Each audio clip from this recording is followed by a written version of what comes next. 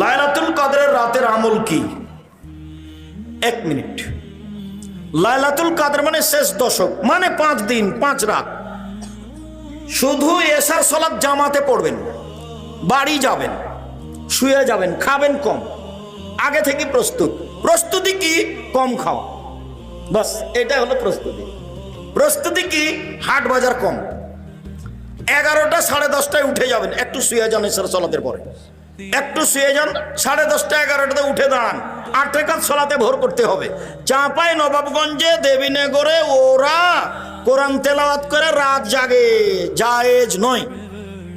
ঢাকাতে ওরা বক্তব্য দিয়ে রাত জাগে, ওটাও বেদাত। তো কিভাবে রাত জাগতে হবে? এই যে কিভাবে দেখান তো দেখি। আল্লাহু আকবার। 8 রাকাত সালাত আদায় করব। আমি তো হাফেজ নই, কি পড়বো? সূরা ফাতিহা, তারপরে কি? সূরা ইখলাস, কুল আল্লাহু আহাদ পড়তে